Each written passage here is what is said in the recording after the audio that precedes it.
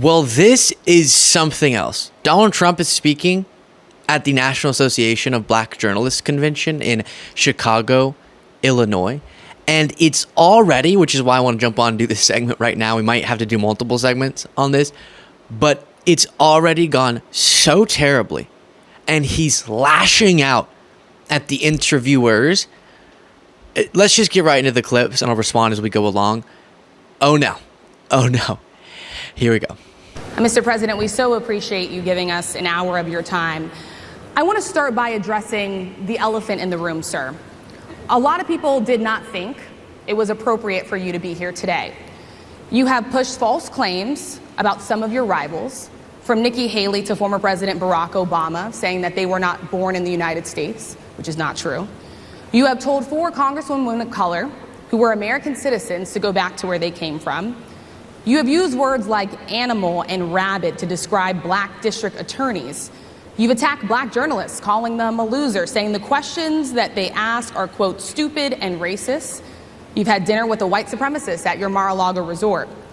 So my question, sir, now that you are asking black supporters to vote for you, why should black voters trust you after you have used language like that? Well, first of all, I don't think I've ever been asked a question in such a horrible manner. First question. You don't even say, hello, how are you? Are you with ABC? Because I think they're a fake news network, a terrible network. And I think it's disgraceful that I came here in good spirit. I love the black population of this country. I've done so much for the black population of this country. Yeah, and I obviously have more to play for you, but he can't handle criticism, and that was not even criticism. Maybe critical, but that was the interviewer just reading things he said, which all of that's factual, which is why he can't dispute it.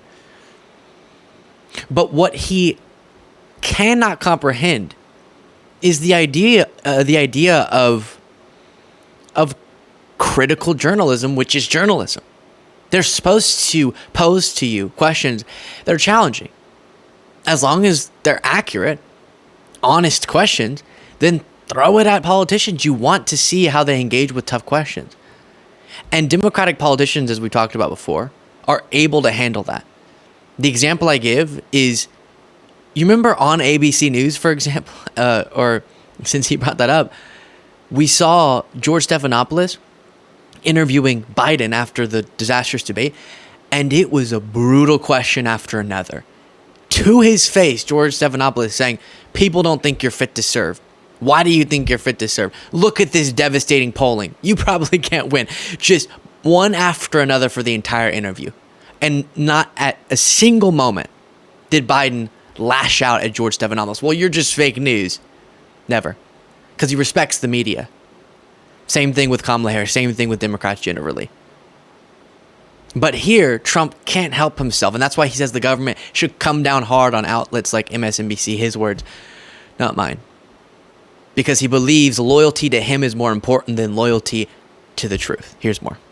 Follow up, sir, and then we'll move on to other questions here. Some of your own supporters, including Republicans on Capitol Hill, have labeled Vice President Kamala Harris, who is the first black and Asian American woman to serve as vice president and be on a major party ticket, as a DEI hire. Is that acceptable language to you? And will you tell those Republicans and those supporters to stop it? How do you define DEI? Go ahead. How do you define diversity, equity, inclusion? Okay, yeah, go ahead. Is that what your definition? That is give me a literally definition the words then. Would you give me a definition DEI. of that? Give me a definition. Sir, of I'm that. asking you a question, a very direct question. Define it for me, if you I would. just defined it, sir. Do you believe that Vice President Kamala Harris is only on the ticket because she is a black woman? Well, I can say no. I think it's maybe a little bit different. So I've known her a long time indirectly, not directly very much, and she was always of Indian heritage, and she was only promoting Indian heritage. I didn't know she was black until a number of years ago when she happened to turn black, and now she wants to be known as black. So I don't know, is she Indian or is she black? She is always But you know identified what? as a black woman. I She went to a respect historically either black one. college. I respect either one, but she obviously doesn't. because she was Indian all the way, and then all of a sudden she made a turn and she became a black person. Just to be clear, sir, do And you I believe think, that I think she is... somebody should look into that too when you ask, continue in a very hostile, nasty tone. It's a Always nasty. Nasty's always the word he uses. And I know some people get triggered when you point this out. But this is what he says when women challenge him. It just is. I'm sorry. I know. It is. He can't handle it. But aside from that, what commentary am I supposed to add to him saying that Kamala Harris is a weird phrase, turned black? No. She has a Jamaican parent and an Indian parent. And as normal human beings understand, you can have different parts of your identity and they can run simultaneously. Oh my goodness. And why is the crowd so hyped about this? Y'all are weird. Yikes. I knew this wasn't gonna go well, but I have to say, when I heard Trump was speaking at the National Association of Black Journalists convention, I don't know if I expected him to talk about Kamala Harris turning black. His quote, again, it feels uncomfortable to quote him on that. Here's more. First of all, it's very hard to hear you for whatever reason because of the fact that they have bad equipment, because I guess, this woman was unable to get the right equipment. But it's very hard for me to hear you, but I can hear every other word. It's very difficult, actually. This woman wasn't able to get the right equipment.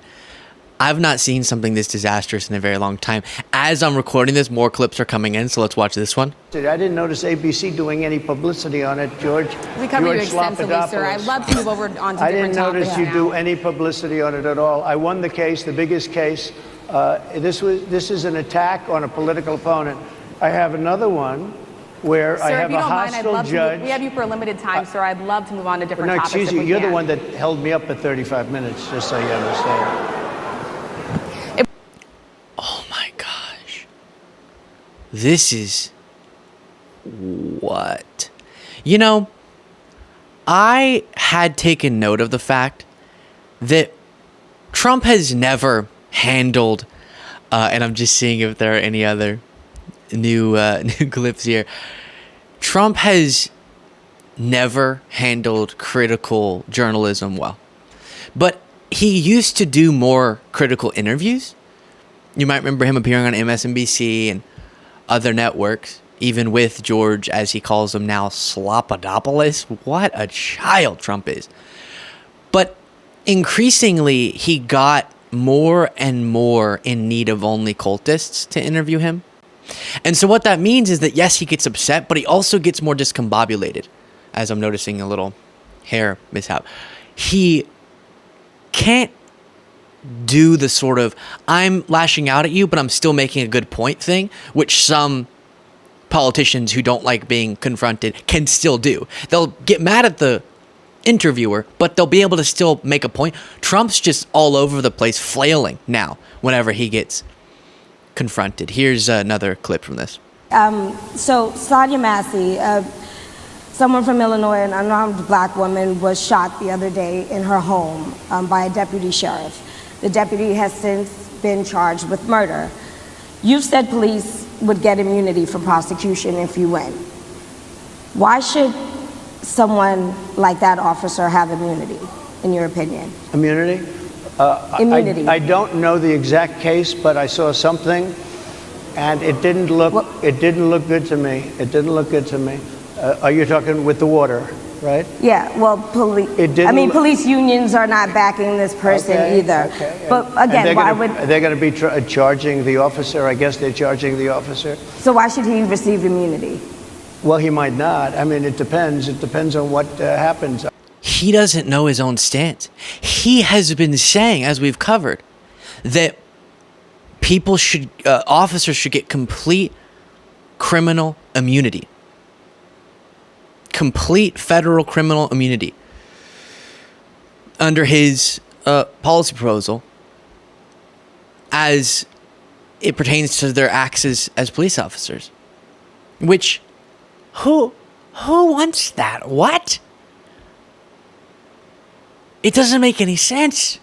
Of course we should have legal accountability if laws are violated as an officer is doing their duties. What? How could you possibly think making them immune from prosecution is a good thing? Unless you have some real deranged priorities, as Trump does. He wants immunity from criminal prosecution based on what he wants to do, and he thinks officers need, as he said, immunity to be able to do their job effectively. And so in this case, he can't even defend that and goes, no, I don't think the officer would. Under your proposal, he would. Here's another one. It's just coming up right as I'm going.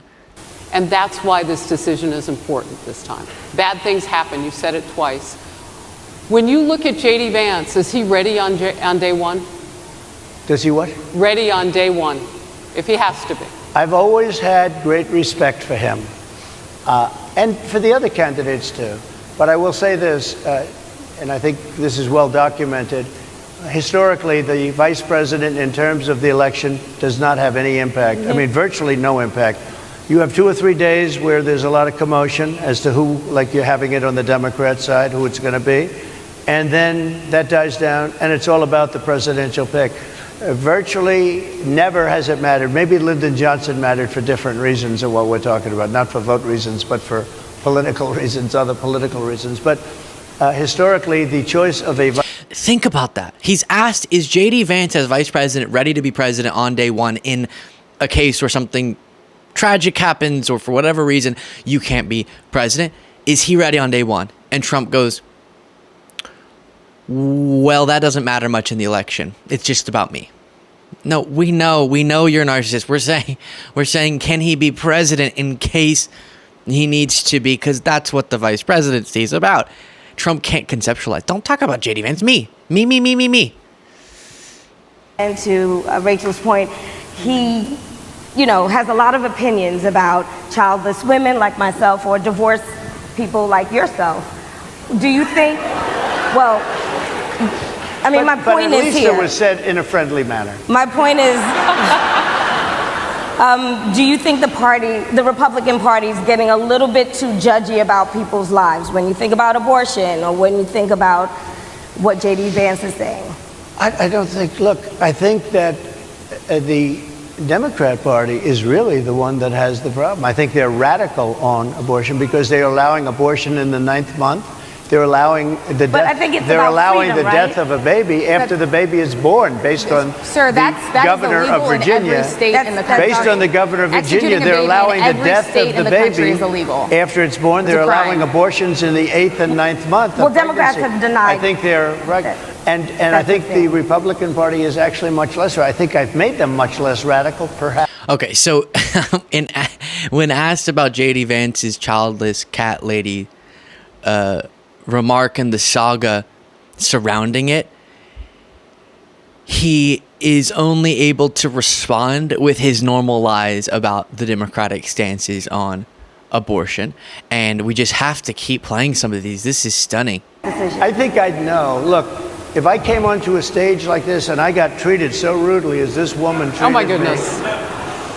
And I'm fine with it because she was very rude, sir.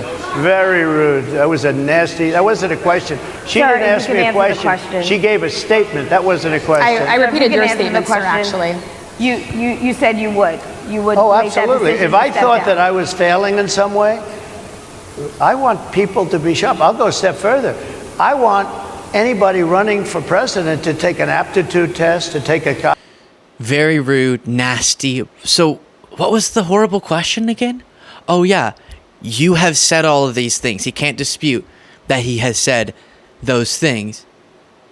But that's just horrific for her to dare to bring up. Sorry if I've been a little bit discombobulated while I do this segment because I'm trying to watch as the clips come in so we can get this out very quickly. But there it is. Disaster. Worst event we've seen from Trump in quite some time. He can't handle criticism, especially, yes, even though I know this makes MAGA folks so angry. Don't be a snowflake about it. It is true, especially from women. and he couldn't handle it, crumbled under the slightest bit of scrutiny. Let me know what you thought of all that in the comments. If you want to get extra content daily, you can do so. That's right, you, by clicking the join button below.